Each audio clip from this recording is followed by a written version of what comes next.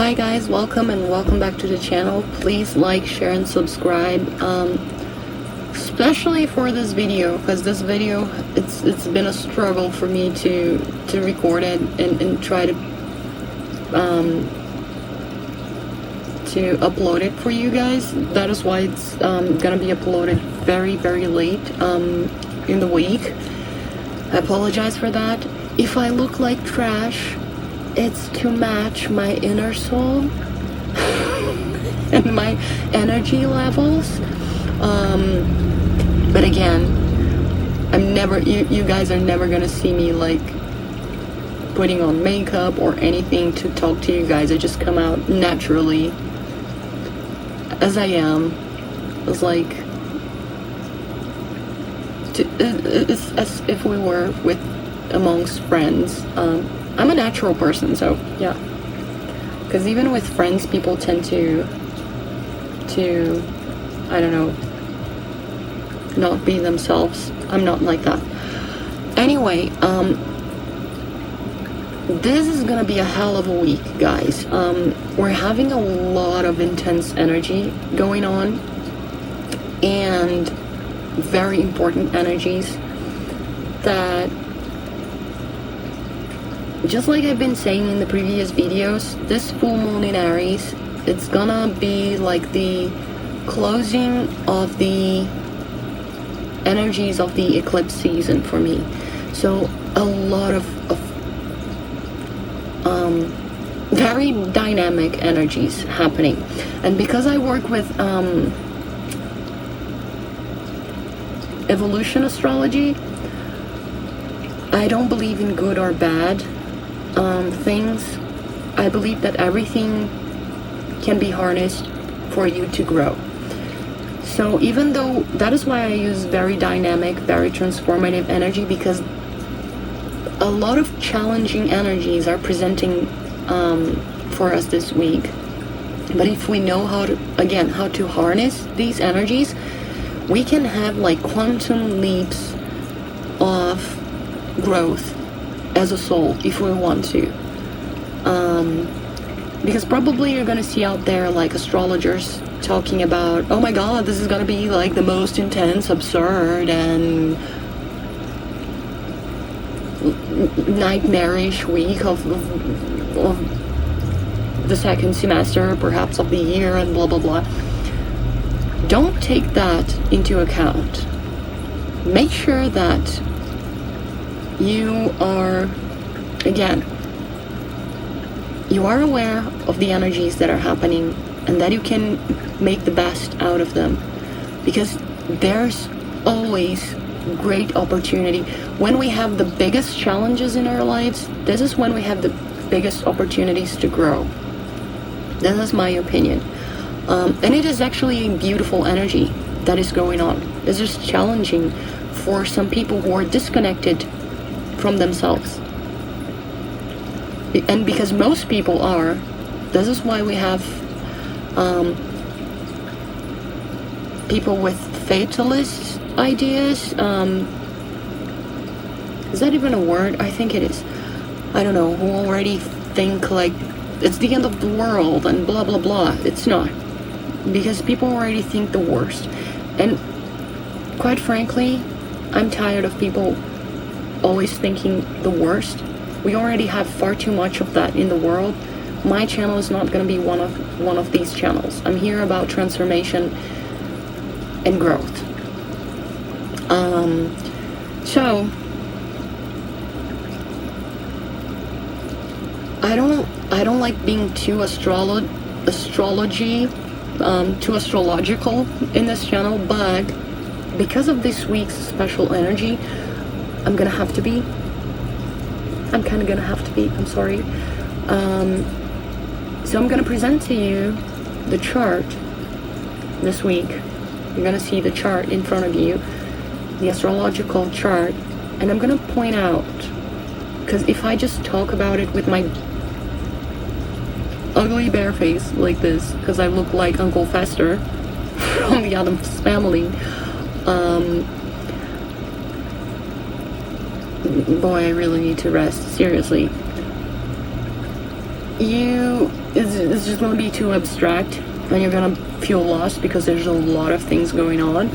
So I really feel that this time it is important for you guys to see what is going on physically on screen, and follow it around.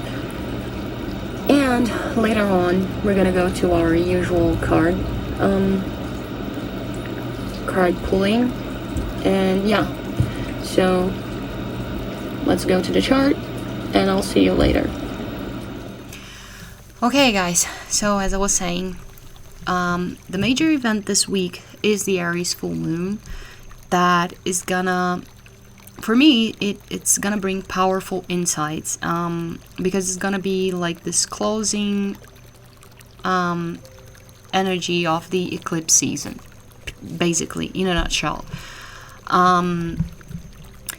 And as you can see, I'm recording this very late in the week, as I wanted to. It's October 14th, almost 10 p.m. This is how much I wanted to record this video, because I go by military hours. So it's 21:58. And by today, October 14th, we already see some of this energy ushering us to the, it already begun, some of the energy that is gonna culminate into the full moon. It has already begun ushering us to the full moon's energy. And okay, there's a lot going on, as you guys can see. So let's start by the easy and nice things. Our dear old friend Jupiter, here, it's retrograde. As you can see, there's this little R here, at 21 degrees of Gemini. It's been retrograde ever since October 9th. And Jupiter going retrograde, it's all about, every time a planet is it's in retrogression, I always say it's because it's under review. And Jupiter going retrograde in Gemini, it's all about reassessing our ideas, our plans, and how we are moving forward from now on. Because like I said in previous videos, we might have had a lot of plans before, especially because it is squaring Vesta in Virgo over here. I even mentioned that in a previous video. And Vesta in Virgo is like, okay, but what is it sustainable? What is it viable for us to do? Because I'm not going to do it all if it doesn't mean something for us. It's not that I'm not going to do it. It's that we have to prioritize some things, because Vesta in Virgo is very organized. So it's about prioritizing things and prioritizing ideas and making them viable. Because Vesta is our inner hearth. It's our inner fire. Making sure that we are always keeping it lit. It's our spiritual vocation, our spiritual calling. And making sure it's always that we're always that it's always lit up. So if we're gonna have to exhaust ourselves, because Jupiter is very expensive, if we're gonna have to exhaust ourselves in order to do something, then we're gonna have to see how it goes. That is why it's retrograde. It's like, okay, I'm hearing you, Vesta. We're gonna have to make some changes. And not just that, it's this Jupiter is trining. You see all these little blue triangles? It's the trines. It's trining these guys over here. These are major players this week. This is the Sun in Libra at 22 degrees. I'm sorry, I'm coughing.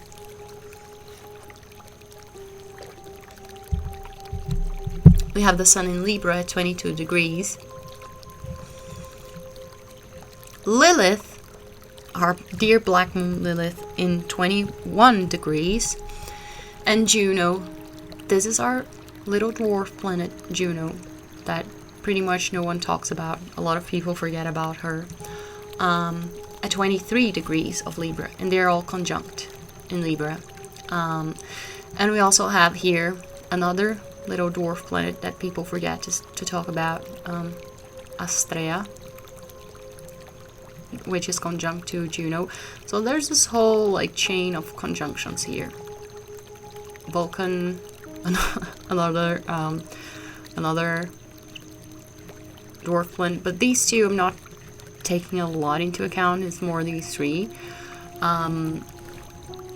because they're very close to each other, and not just that, they're making an opposition to these major players here. Chiron, and these also are dwarf planets. This week we have my favorite combination of all times to analyze when it comes to evolutionary astrology, which is dwarf planets and dear old Pluto. They are big players this week. This is why we're having so many changes. Oh my god, let me just fix my... There you go. My what is the name? My bottle. It was getting close to my mouse. So let's start by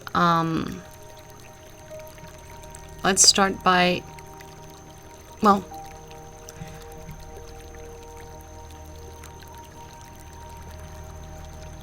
before we go to this opposition here, let's start by talking about these guys. I'm sorry about the noise in the background. Again, I live in Brazil. It's spring and the cicadas are going insane. And where I live has a lot of nature around it. So thank God, because I don't like gray skies and skyscrapers.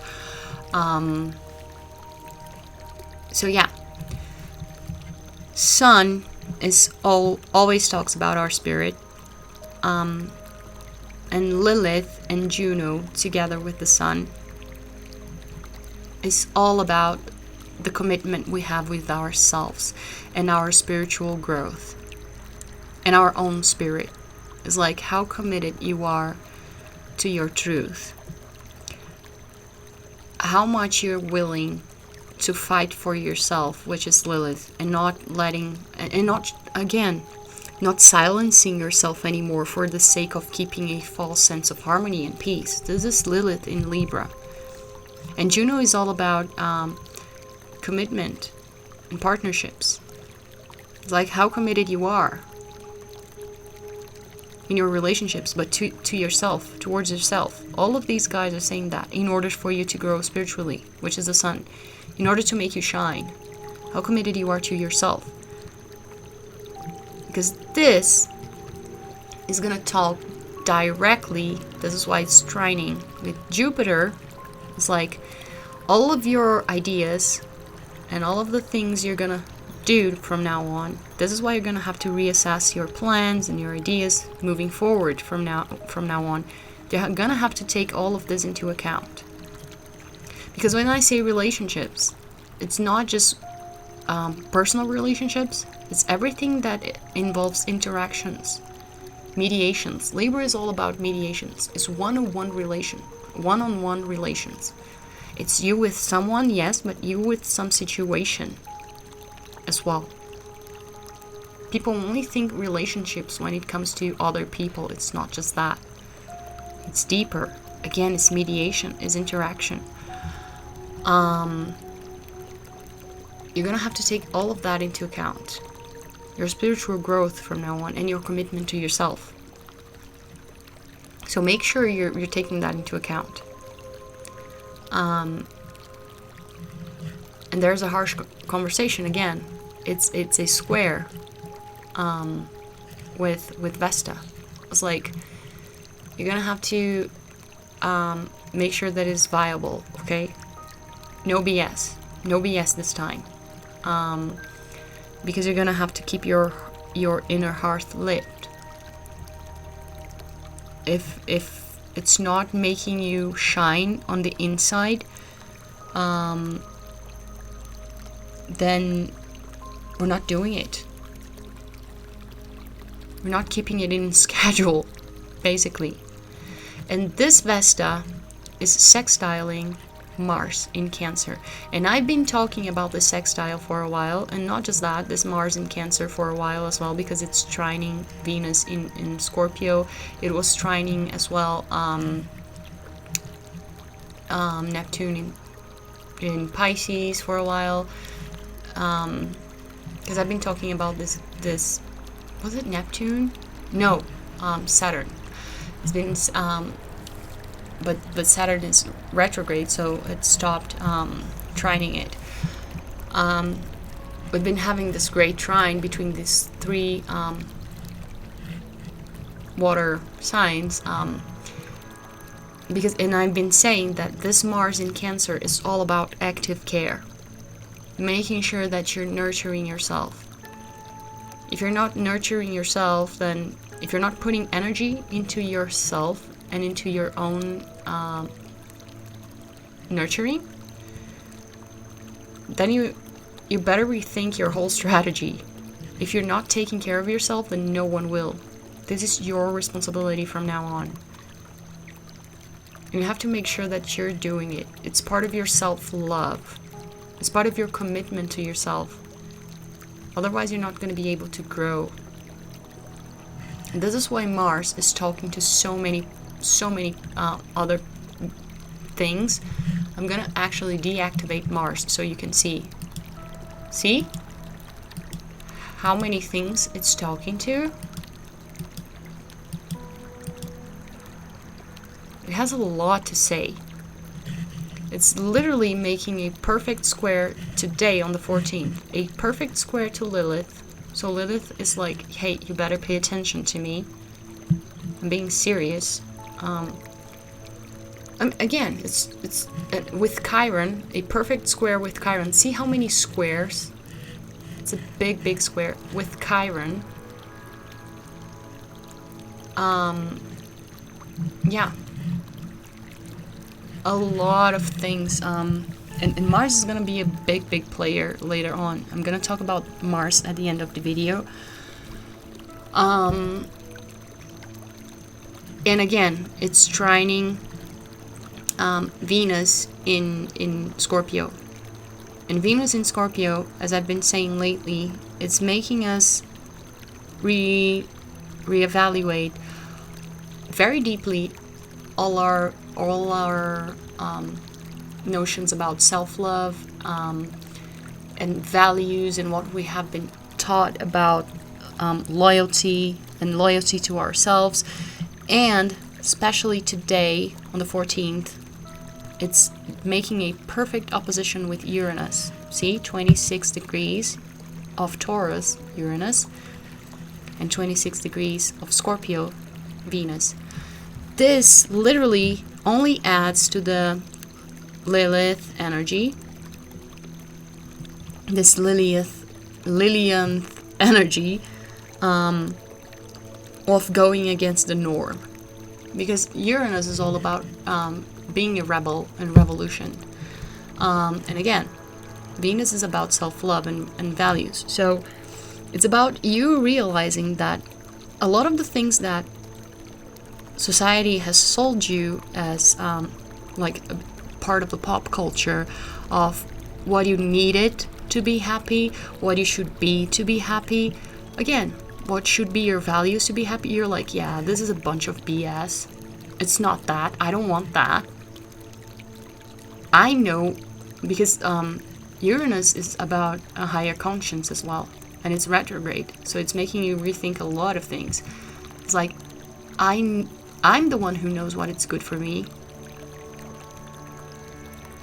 not you guys. So I'm gonna be sure that I implement that to me. This is what this conversation is doing. And I'm literally gonna feed myself with that. And I'm going to implement that on my daily life as Vesta. And not just my daily life, making sure that I'm using it to plan my movements from now on. To move forward from now on.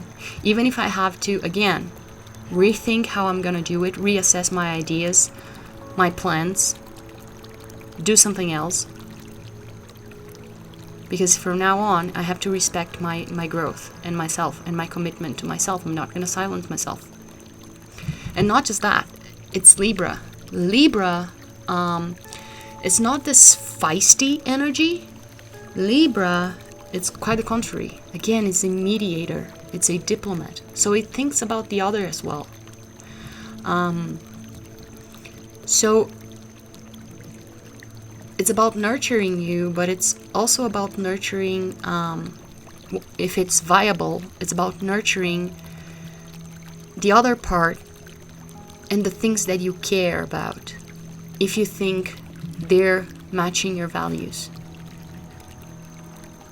Because again, Venus is also sextiling Vesta. So if they're part of your plans, they're part of your inner hearth, what feeds your inner fire, then of course I'm going to take care of it. It's part of me. I'm taking it with me. But if it's not, if I cannot conciliate that with me, am I going to go on a war with that? Of course not. If I cannot mediate, because it's Libra. How does Libra act? What acts in our chart is actually Mars. Mars is the warrior energy, but Mars is in Cancer. Is Cancer a very aggressive warrior? Of course not. It's a nurturing one. So if there's any need to have a is it discordance? I think it is. Is that even a word?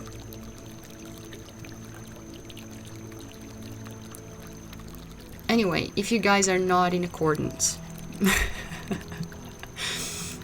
I told you I'm archaic, guys. I have a very weird vocabulary.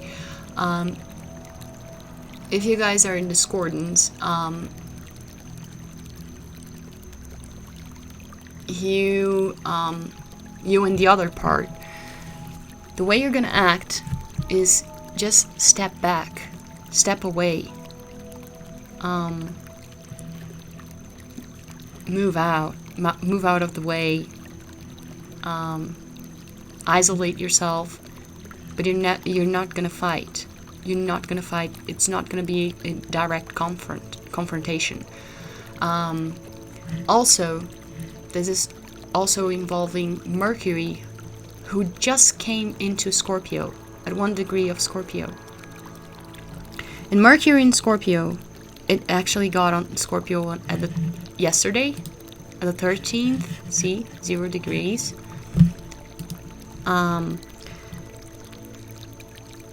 It's bringing depths of understanding to our Jupiter energy. So Jupiter is trying to figure out how we're going to move forward into our future, and Scorpio is like adding a deeper layer to it, especially an emotional one, and making us go to places that we don't usually like to go, and helping us see more values into this Venus again that is going to places that we usually don't go. So we're seeing a lot of depth in our soul. That is why it's a very transformative week. We're going very, very deep in our soul, and it's like, this is the final push. It's the final countdown for my transformation. And because of that, all of these guys are making an opposition to this. And this is the whole reason why there's gonna be a lot of people and some astrologers saying, oh my god, this week is gonna be hell loose on earth and blah blah blah. Because we have this conjunction here of Chiron and Aries. Aries, not Aries the sign, Aries Eris, Eris, the goddess of discordance, the goddess of, I'm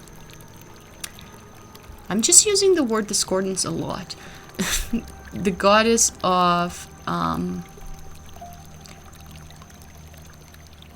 my god, I should have had a dictionary by my side right now. The goddess of,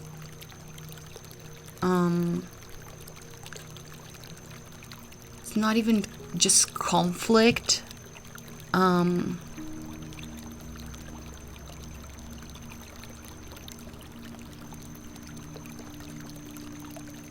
yeah, I don't have another word to use for that, guys. I'm sorry.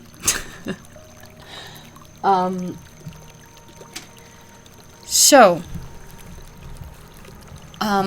if I remember, I'll write down on the, somewhere on the screen.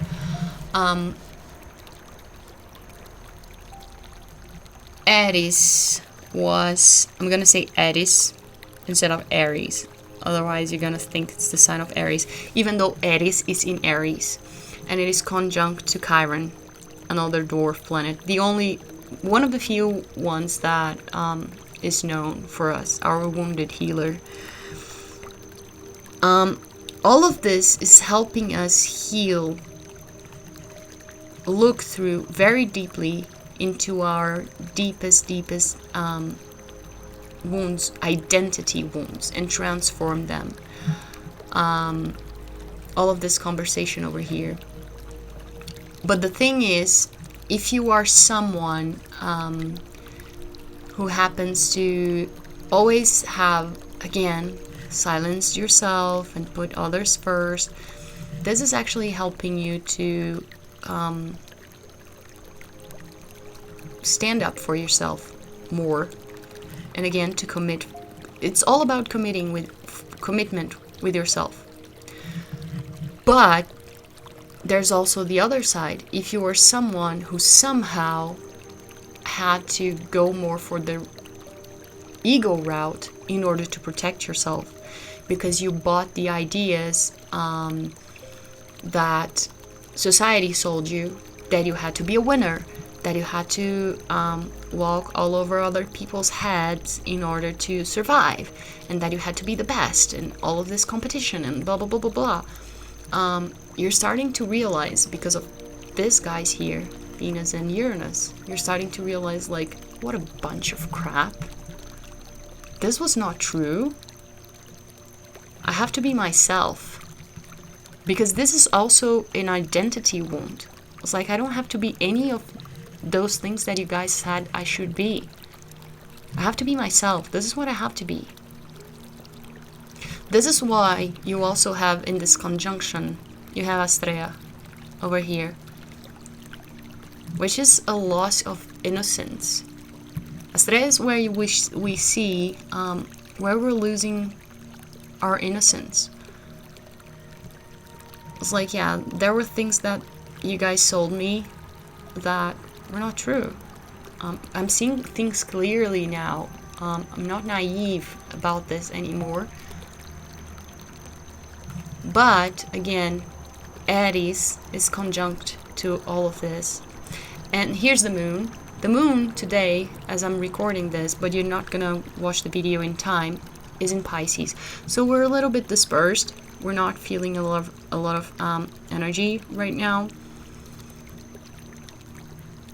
A lot of conflict energy. Because Aries, again, she's the goddess of discord. Did I say discourse in the beginning? It's not. It's discord. Of discordance. She's the goddess of conflict. I always say Aries is the whole reason why the Trojan War happened. Not the whole reason, but she was one of the kickstarters of the war.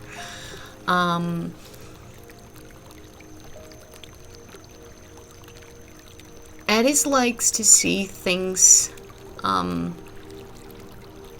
Again, she likes conflict. But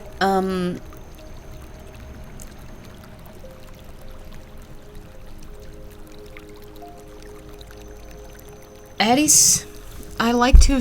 Oh my god, this is just so complex. Okay, I don't like keeping videos too long, but this is gonna have to be. Every time we discover a planet, that is why I like to study not only astrology but astronomy as well. Every time we discover a planet, is because humanity is ready to learn that archetype, that energy, and implement it on Earth and live that archetype. When Aries was discovered, the astronomers didn't want to name it Aries. They wanted to name it Xena because of that princess warrior. Just like the one from that TV series, Xena, the Princess Warrior. That was in the 90s, I think, on TV. If you guys have the same age that I do, then you probably know about the series. But because of like a lot of patriarchal reasons in our planet, they didn't like the idea of Xena, this powerful princess warrior. So, and not just that, they wanted to keep it like Greek and all of these things. They named it Aries. And I always think that there's a reason for things to happen, of course. I think that mankind resonates, unfortunately, more with Aries energy than with Xena's energy. But we have to take this origin story into account, because even though mankind resonates more with this destructive and discordant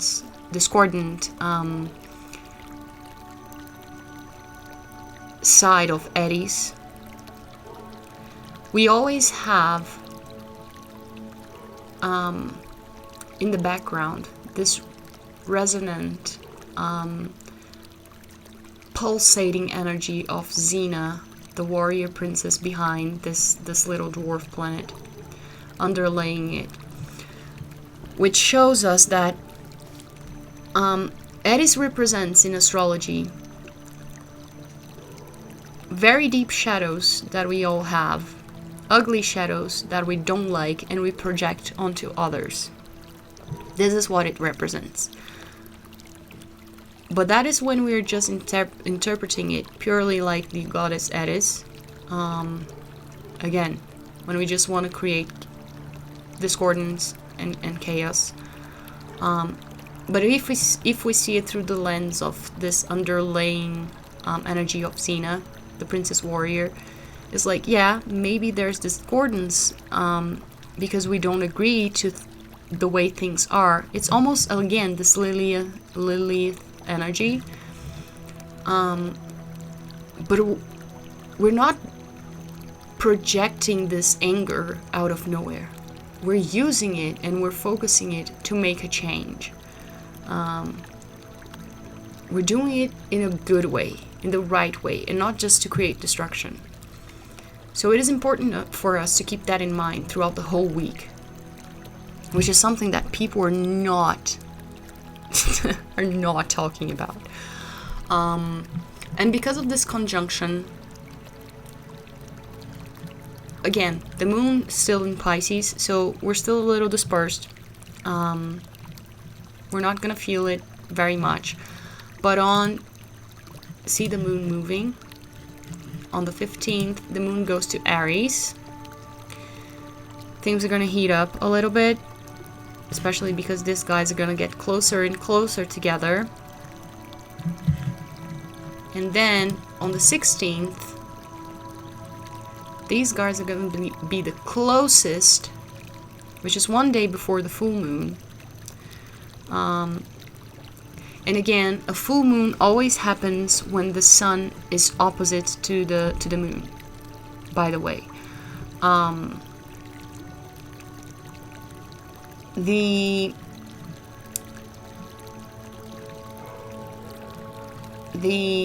So on the 16th, you're gonna have these guys.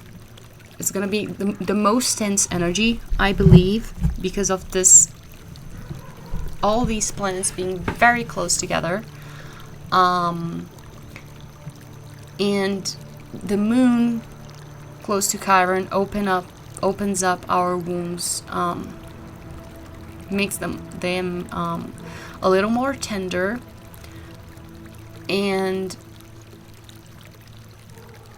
with Aries closer to it, what happens is that there's a tendency of, and I forgot to say that, which is the most important part of this whole reading, there's a tendency throughout this whole week, especially on the 15th, 16th, 17th, and 18th, of people projecting their shadows onto us and lashing out.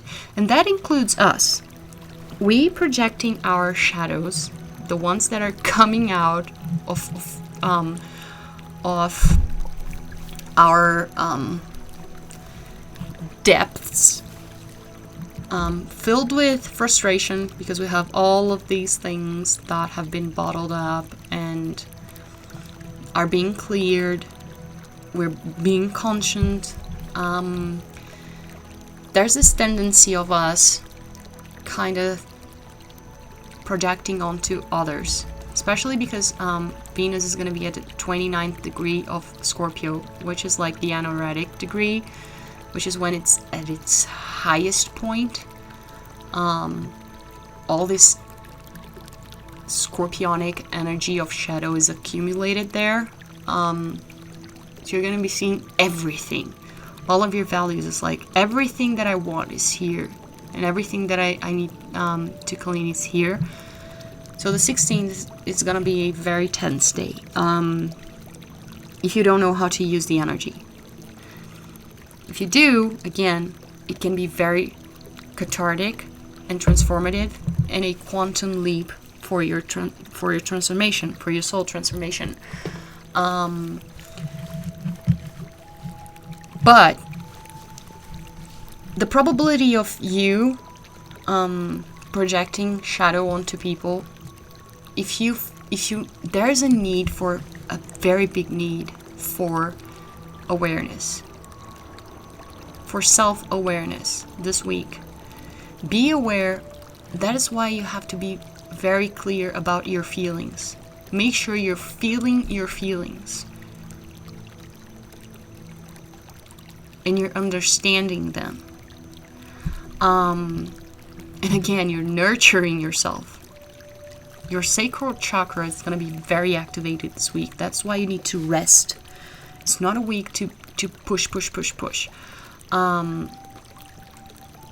Because Pluto is the greatest magician still.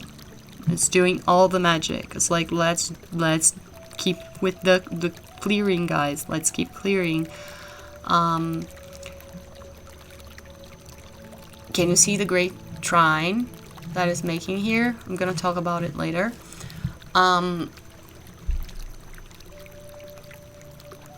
Because it is very important for you to be aware of your own energy. If you somehow feel like you are projecting onto someone, projecting your shadows, and the probability is gonna be very high, do as I said here with the Libra and Cancer energy.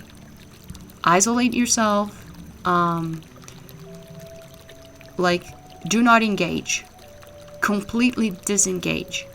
And if you feel like someone is trying to project onto you, which again, if any of the parts, if you feel like if any of the parts is trying to project shadow, if you notice any part projecting shadow, simply disengage and go into your nurturing mode. Do not engage. I repeat, I sound like a robot in an airplane. It's like, do not engage, because things can heat up and it can be very, very ugly. Okay? A lot of wounds open up, and a lot of that are opened, and emotions going high, so do not engage. On the 17th, which is the day of the full moon, we have the opposition with the sun. All of these guys doing the same thing. The energy continues. But one curious thing happens. Let me go back. See that we have here Venus at 29th degree of Scorpio. On the 17th, the day of the full moon, it goes to 0 degree of Sagittarius, and it enters a perfect opposition with Saturn at 0 degrees of Gemini. And that for me has the energy of letting go of the things that you feel you've been betrayed by. It's like Venus in Sagittarius is this optimistic energy of, oh, I'm just gonna move forward and look forward to the future, and I have big hopes for me and big dreams, and my values are elsewhere. I'm not gonna linger behind behind in ideas that I tried and keep reminiscing in them. I'm not gonna do that anymore. It's important for me to focus on something higher, on my future. This is this conversation. But again, at the same time, realizing that all of this betrayal and all of these things, they happen for a reason, for you to grow, for you to move forward. Because in evolutionary astrology, again, there's no good or bad. You're never going to hear me say, oh, this is a beneficial planet, a malignant planet, a good aspect, a bad aspect. There's no such thing. There's always room to grow, either through easy flowing energies like trines, like the blue lines, sextiles, and all of these things, or through grit, because grit also makes us grow, which is like squares, inconjunctions, opposites, quincunxes. Oh my god, I'm sorry. I accidentally touched the notebook. All of the things are opportunities for us to grow. So you're never going to see me using terms like this. Not wear, I'm sorry. Using terms like this. So, again, on the 17th, and by the end of the week, as you can see, it already started here. You already start forming a trine between Pluto on the 15th. Pluto in Capricorn, Vesta in Virgo, and Uranus in Taurus. It's making this big triangle, this big trine. This big grand Earth trine. And it's gonna keep making it, see? Until the end of the week. And that is, especially on the 19th, this is gonna be very, very strong. That, for me, is a final push of transformation, which is Pluto. A final push of transformation. First of all, is Vesta dedicating herself to all this healing energy that we're working on, but getting up because it's Earth element. Earth is all about embodiment. It's bringing everything into matter. So you have been dealing with air energy, which is mental energy, fire, which is identity and spirit, and water, which is deep emotions. And finally, by the end of the week, you get all of this. This is why I'm saying this week is all about transformation, and not just that. Closing up these eclipse season energy. It's about embodying the full embodiment of this creative fire that we're developing in ourselves. And Virgo is a very dedicated, organized sign, and not just that. Virgo is all about routine and habits. So it's not just, embodying it. No, it's making it a part. It's making it habitual, making it a part of our daily lives. It's naturalizing it, making it natural for us. It's not just, forcing it down our throats and, I have to do that. No, it's making it, literally embodying it in our lives, making it natural for us. Again, part of our routine, making it viable, making it possible. But with authenticity, because it's Uranus revolutionizing everything. It's like, it's your authentic self now speaking. No more of other people's values. And again, Pluto is all about transformation, so it's the final push for all this transformation. The final push for all this transformation that we're going through. And Jupiter is having a conversation. See, that is at 21 degrees of Gemini. It's sextiling Chiron. It's going to have this conversation with Chiron up until December. Chiron at 20 degrees. It's all about healing, because Jupiter is going to be retrograde up until... Did I already... I think I already saw that, but I forgot. I think it's gonna be May 2025 or something like that. No, February. Jupiter, on February 5th, 2025. That is when Jupiter leaves retrogression. So, until then, but not until then because of angles, but until December, it's going to be sextiling Chiron. But because it is under review, it's going to be having a conversation with Chiron about healing. And asking all of the time, are we having our needs met? Are we having our needs and desires met? All of this, all of the time talking about this.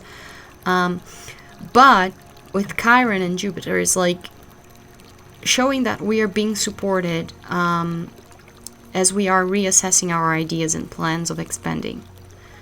But then again, all of these ideas and plans, they need to be about healing and supporting ourselves for the next phase, honoring our sacred self, our sacred heart, our sacred soul, which is Lilith. Again,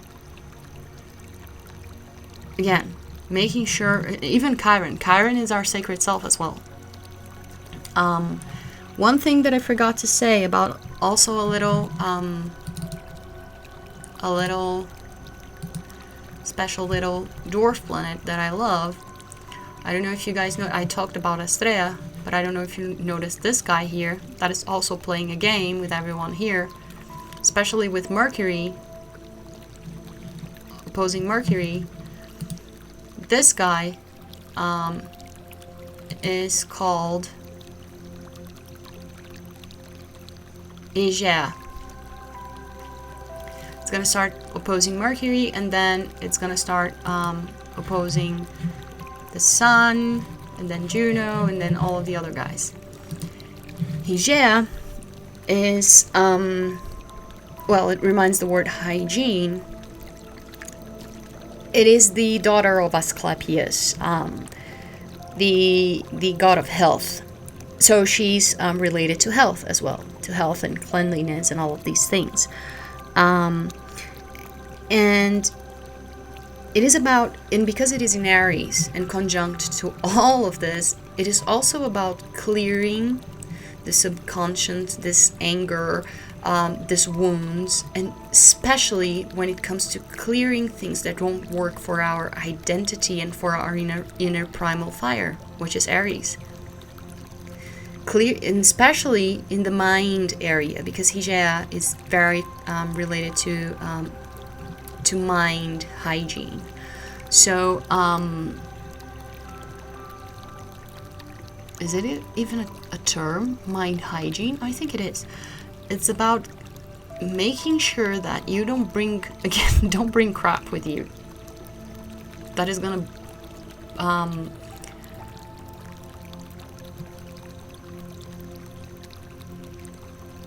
pull the brakes on the construction of your new identity. That is gonna blemish. That is the word that is coming. That is gonna blemish this new identity, the formation of this new identity of yours. It's literally cleaning up all the wounds. It's like you have this beautiful, the greatest surgeon here, the greatest doctor, with the meanest ones around it. And it's like, yeah, we're not gonna let any stone unturned. So, which is Aries and Pluto working together. It's like, no. We're the greatest surgeons here. We're not gonna. This is why they're squaring each other. It's like, hey, let's work together. Yeah. So yeah, and on the 19th, actually, it starts.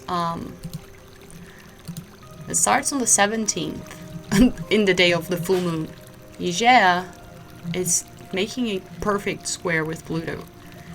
So they're having a very harsh conversation. Pluto's like, hey, you better clean up good. Otherwise, I'm going to clean you up myself.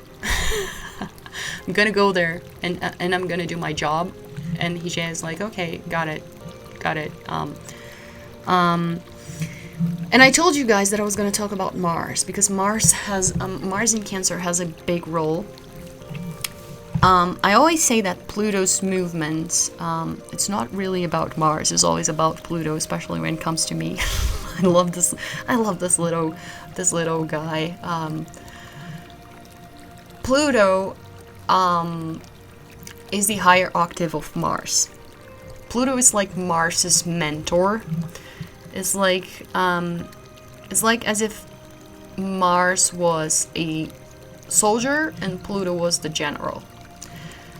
Pluto is all about our spiritual commitment to keeping ourselves in our dharma and being coherent with our path and our journey as a soul and being in constant evolution and transformation. This is why Pluto is related to death and rebirth, death and rebirth, death and rebirth. Pluto wants to make sure that we're evolving. And we're evolving towards the right way that we're supposed to grow as a soul. And each one of us has a journey. Pluto is our inner compass, period. And it wants to make sure that we're not broken. Pluto knows that each of us is a plant. Like you are an apple tree, someone is a sycamore, someone else is a pine tree, the other one is, I don't know, a plum tree. God knows what I am. A willow. A whipping willow, probably. So Pluto knows what each and every one of us need in order to fulfill our full potential and to be what we came to be as plants. The amount of light, the amount of nurturing, which direction to go and to grow. And Pluto is going to do everything and it's gonna use everything in its magic hat in order to make us fulfill this purpose, because it wants a beautiful garden. It's the constant gardener. He's Hal Fiennes. Pluto is Hal Fiennes. Oh my god, I'm just awful. I just love talking about Pluto. And Mars. So Pluto works in mysterious ways and in more ethereal realms and in energetic levels. Mars works in the material plane. Mars gets Pluto's orders and it's like, okay, I'm gonna execute them on Earth in a daily life, in a daily planet, in a daily way. It's like Pluto is the routes of the train, all of the routes, all of the courses of the train. And Mars is the train engine. It's like, okay, I'm in charge of this train that goes this way, this direction. Pluto knows all the other trains, like the B train, the C train, the whatever. And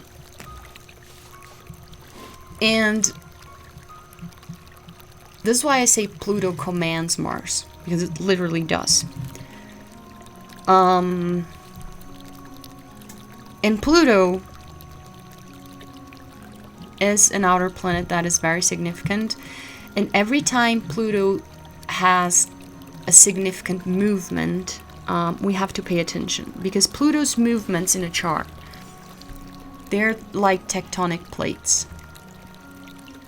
Everyone feels its shifts. That's why people are feeling like a lot of things this year and are losing their mind and going insane. Because Pluto has been messing around a lot this year. He was like, yeah, I just stayed quiet for a very long time, and this year I want to spread my not my wings. It's like I want to stretch my legs, because Pluto is like this big giant that is always that looks like asleep, but it's not. But every now and then, the giant is like, oh, I need to stretch my legs. So it lifts up one foot, and the whole earth feels the foot moving. This is Pluto. And again, just like the tectonic plates, once something shifts, it changes forever.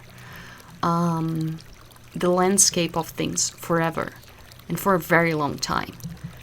So there are some special moments that we have to look for in these Pluto's movements. First of all, in our personal charts, if Pluto is aspecting something, anything, you have to be aware of it. Also, in collective charts, if Pluto is aspecting something, you have to pay attention. But also, there are very, very special moments. When Pluto changes signs, when Pluto stations direct, and when Pluto goes retrograde. And this year, Pluto did it all. And it's going to do it all. Like I said, it decided not only to stretch its legs, but it decided to go for for a hike. So, let me go back to ephemeris. If you see on January 22nd, here's dear old Pluto. January 22nd, Pluto was in Capricorn at 29 degrees. On the 22nd, it went to Aquarius, 0 degrees. So everyone felt a big shift after that. Again, it can be a little bit earlier, it can be a little bit later. It all depends on your personal relation, individual relation to Pluto, to the planet Pluto. But everyone felt Pluto's Pluto's shifting. After that, in May, right after the eclipses,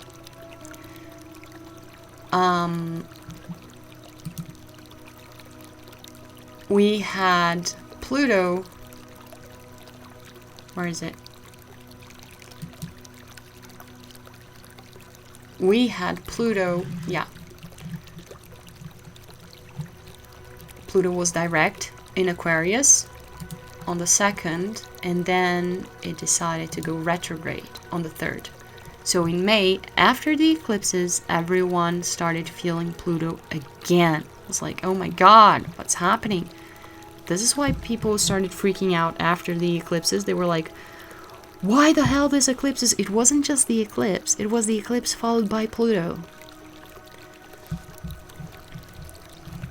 This is all karmic, guys. I'm telling you, 2024 is a very karmic year. It's a double rulership of Saturn. It's clearing and clearing and clearing. So, on September, what happened was... Keep following me, guys. September 2nd, Pluto was retrograde still, but it went to 0 degrees from Aquarius to 29 of Capricorn. It went back into Capricorn. So again, another shift of Pluto. We went back to feeling another shake of Pluto. And now, we've just recently felt another big shake of Pluto because today, it's the 15th already because it's past midnight. We started filming on the 14th and it's already 15th. Yay! Yay me! I'm not respecting this Mars in Cancer at all. Nurturing myself, BS. Don't be like me, guys. So, on the 12th, Pluto was retrograde, and on the 13th, it went direct. See, there's no R anymore. So we felt another shake. So Pluto is just playing in the playground. So what happens is on the, I think it's gonna be November 19th, we're gonna have another big shake from Pluto, guys. Yeah. See, November 19th, 29th of Capricorn, and on the 20th, it's gonna go to Aquarius. So we're gonna feel Pluto again. And then we finally say goodbye to Capricorn energy in Pluto. And we're gonna straight into Aquarius for the next 19 and a half years, almost 20 years. We're never gonna see Pluto in Capricorn again in this lifetime, in this incarnation. So, why am I saying all that? Oh my god, I always go back to here. Because I'm used to seeing ephemeris in people's, to check things in people's birth charts, and then I go straight into birth chart page. Because, remember that I said that I was going to talk about Mars, but it's not really Mars, it's Pluto.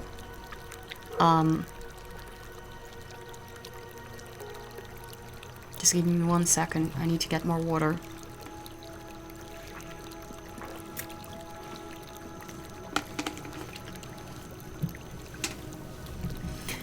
Okay, I'm back. I'm sorry. I was parched. I was gonna say perched, but this is a bird. So, anyway, like I was saying, I've been talking about Mars and Mars and Mars, but it's more about the relationship between Pluto and Mars. Why is it important? Because on November 1st, let's go there, we're 17th of October here, so November 1st, see what happens. Actually, let me take a lot of these guys out of the way. Folos, Eros, Psyche, Nessus, Vulcan. Let's take Heart of Fortune as well.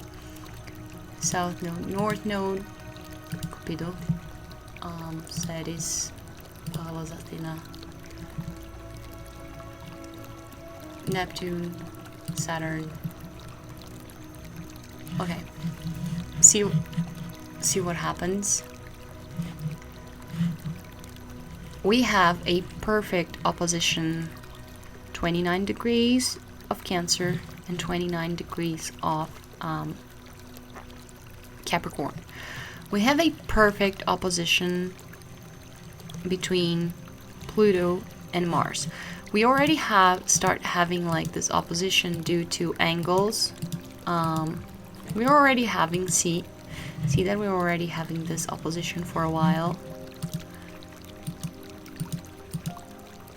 We're gonna be feeling it ever since October 21st.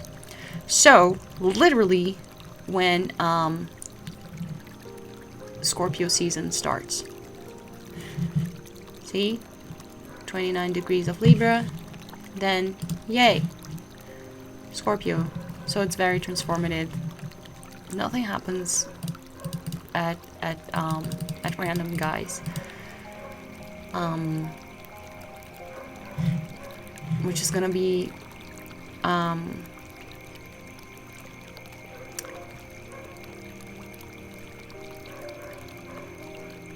completely forgot what I was gonna say. Whatever. I'm just talking too much. Anyway, so perfect opposition, 29-29. The highest, the anaretic degree, Cancer, anaretic degree of Pluto, of Capricorn. They're looking at each other. Why is this important? Again, like I said, every Pluto movement or aspect is very important for us to pay attention. We're gonna have three perfect oppositions between Pluto and Mars. 2 are gonna happen on 2025, but we're not gonna talk about them because first they're gonna happen in 2025. And second, both of them are going to happen with Pluto in Aquarius and Mars in Leo. And these oppositions are all going to be about allowing yourself to shine.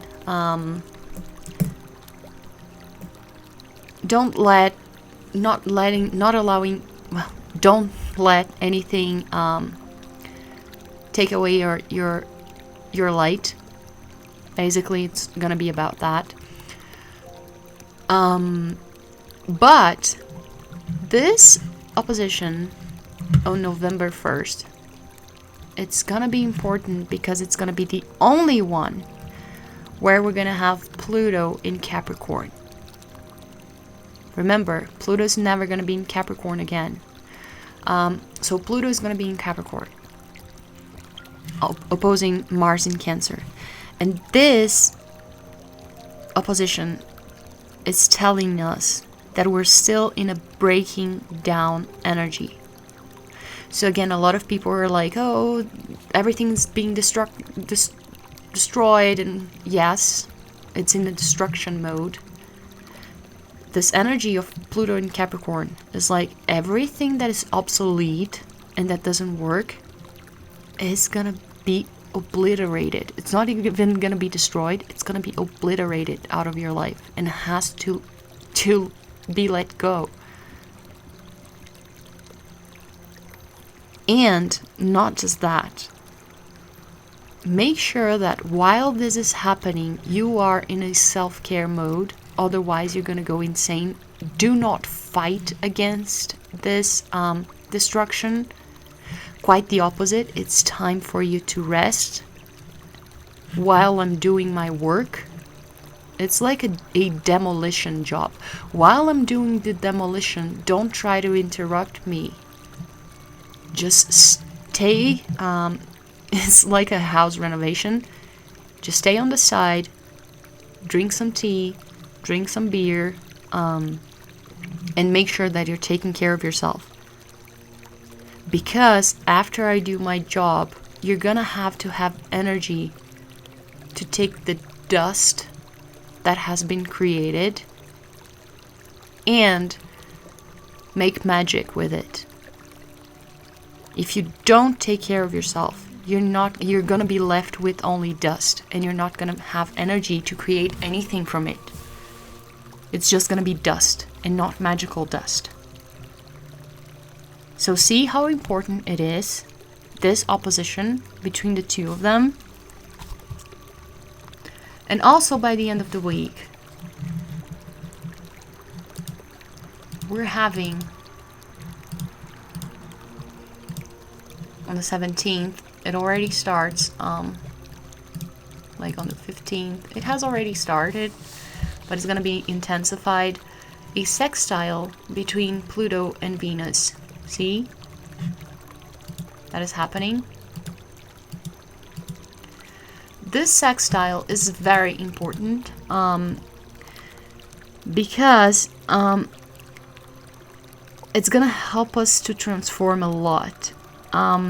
And let us use this breakdown energy that Pluto is bringing in order to regrow. Because it's going to take all these values that we're reevaluating about ourselves, that are like rebellious, and it's like, yeah, I don't like these structures that people told me that I should have. I'm creating new ones. Again, by the end of the week, especially with the Sagittarius one, I'm moving forward. I'm optimistic. I'm not with Sedna. I'm not letting anything keep me behind. This obsolete ideas that were sold to me and that betrayed me and that pained me and that hurt me. I'm not letting anything else, any of this, keep me behind. Pluto is like, great. Then take that and use it, because we're breaking down all of this BS, and use it to become this phoenix, to regrow yourself. Again, this mental hygiene, use it to regrow yourself, to heal yourself. It's all about healing. It's all about this energy between Jupiter and Chiron talking to each other in a sextile until December. A lot of things happening. And during all of this time, with this square between Mars in Cancer and Chiron, not just Chiron in Aries, but also Aries in Aries, also squaring. It's always telling us, hey, make sure you're nurturing yourself, because it's tough. We know it's not easy. We know it's not easy. It's tough. It's tough. It's tough. Make sure you're committed to your own transformation, because you're losing your innocence. It's not easy. About your relationships, it's not easy. You're having very deep clarity, very deep insights. It's not easy. So yeah, guys, a big week for very dynamic energy. See, a lot of things happening. I've been showing you guys, like, from one day to another, to another, to another, and a lot of things shifting and talking to each other. And I didn't even, like, show all of the planets. I just show the major ones, because there are a lot of other things like aspecting. If I were to show everything, it would be like even more hours and hours and hours. But even in like, we have Ceres talking to the moon on the 16th. We have a lot of things talking to. There's intense conversation happening throughout the whole week. So yeah, we have to pay attention. Even here, like, we have this beautiful trine with Eros and Saturn in Pisces. making sure that we're falling in love with the life we are creating, spiritually and very deeply.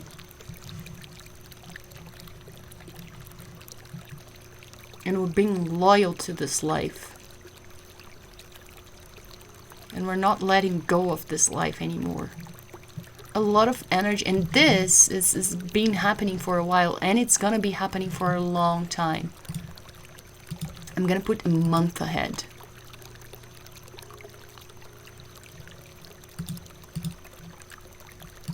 I put too much.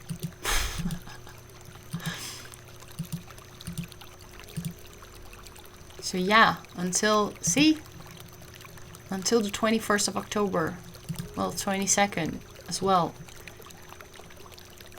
Until we get into Scorpio season. Scorpio season, we're preparing ourselves to transform in Scorpio season. So when we get into Scorpio season, when the sun enters Scorpio, it's like, okay, transformation time. Hammer time. Oh my god, I'm so dumb. But yeah. Okay. So I hope I wasn't this. And again, the moon with Ceres again in this very day opposing. Okay, I'm gonna stop here.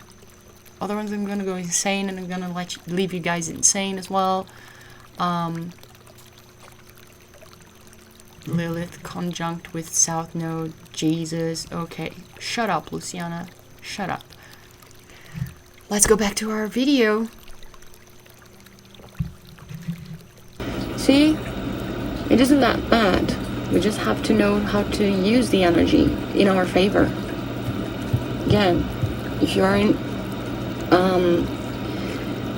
working with if you're flowing with the astral energies, there's nothing to worry about. Just be aware of how you're using your energy. That's it. I just hope this microphone is picking up the sound well.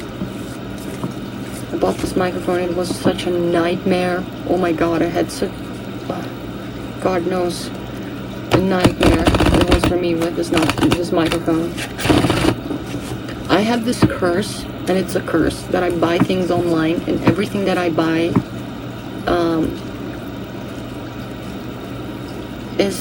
it just gets to me, and it's spoiled somehow. It's always the defective one that comes to me, always, and I have trouble dealing with the company. It's like God chooses me. I don't know what. I know it's my Neptune on the second house in Sagittarius. Anyway, I'm not gonna go into my astrological tragedies here. Let's pull out some cards. And a lot of shadow oracles wanting to come. Of course.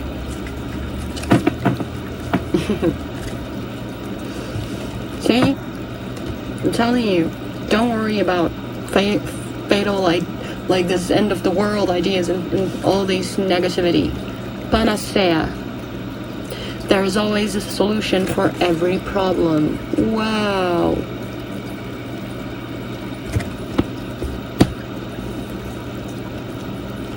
It's the energy. If you have any shadows lingering, remember, panacea.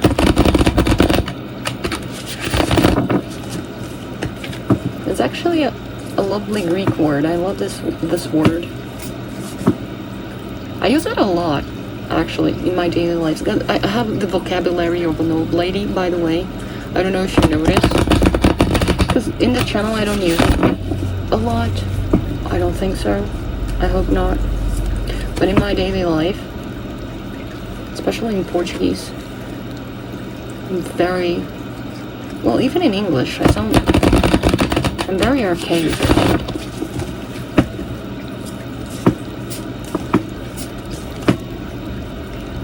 Another card. Cards are flying. Emerge. Breakthrough. rising, expansion. Of course, this is exactly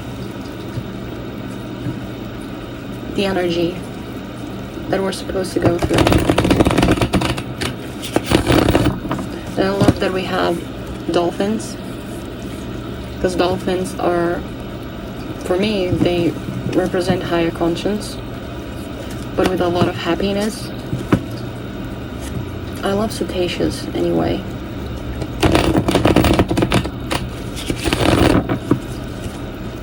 I just hope YouTube doesn't censor my video, because I just showed some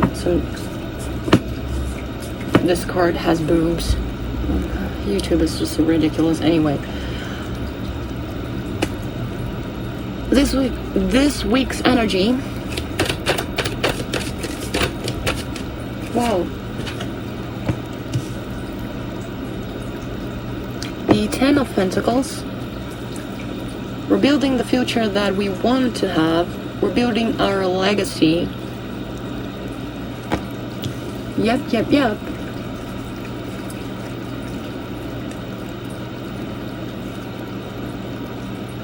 Energy to activate.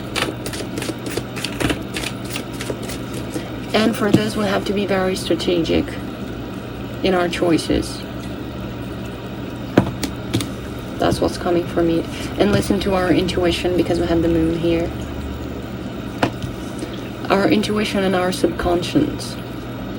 Listening to our subconscious and to our dreams, paying attention to our dreams is going to be very, very, very important this week. Not only this week, but throughout this whole phase. Throughout this whole year. That is coming for me. Okay, energy to activate.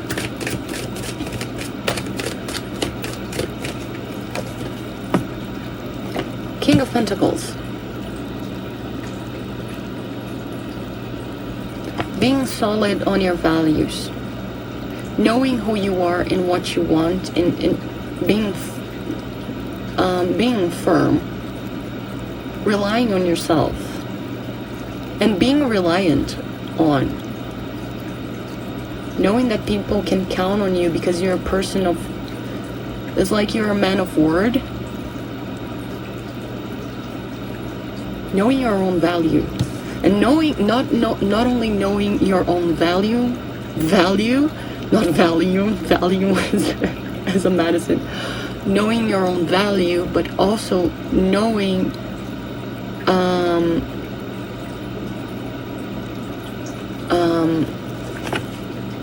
you're valuable. Knowing how much you're worth. Your energy costs a lot. Because there's this huge coin. It's like, yeah, in order to get to me, you're gonna have to pay a big price. I'm a fancy person. Energy to avoid. I'm not taking anything cheaply or for free anymore. You have to pay a fee to get into my life now, and the fee are my values, and they're very high.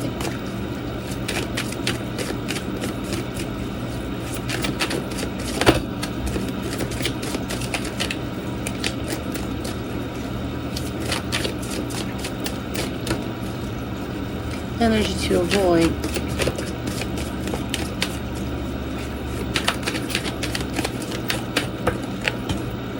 I just want one freaking card.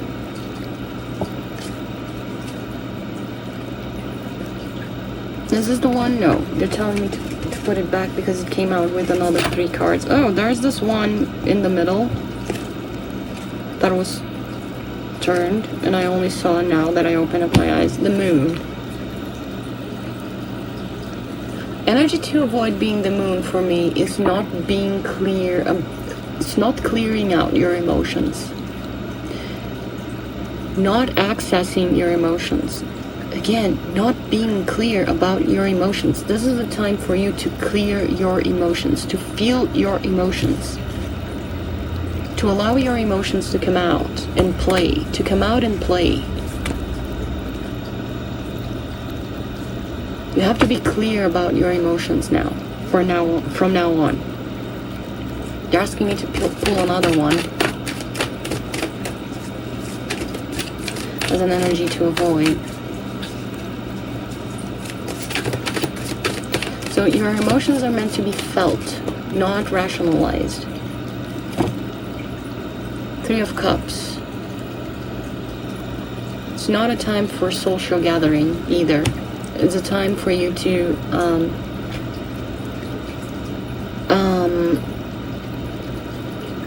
go inside.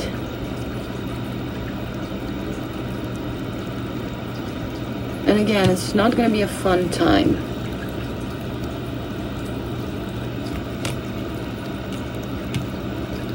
You're going to be doing a lot of shadow work this week.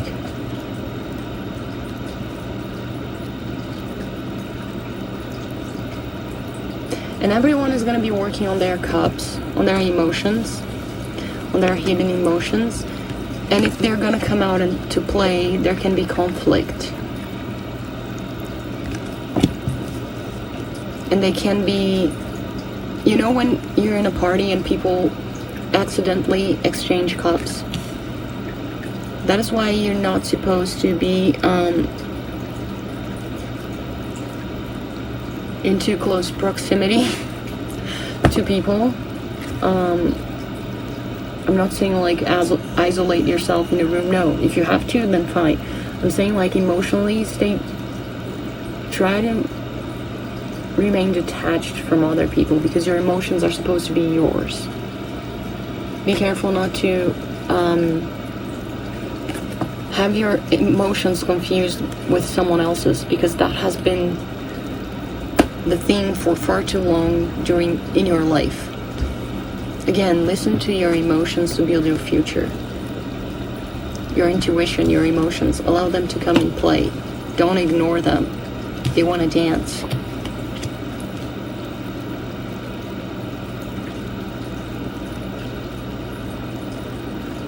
Okay.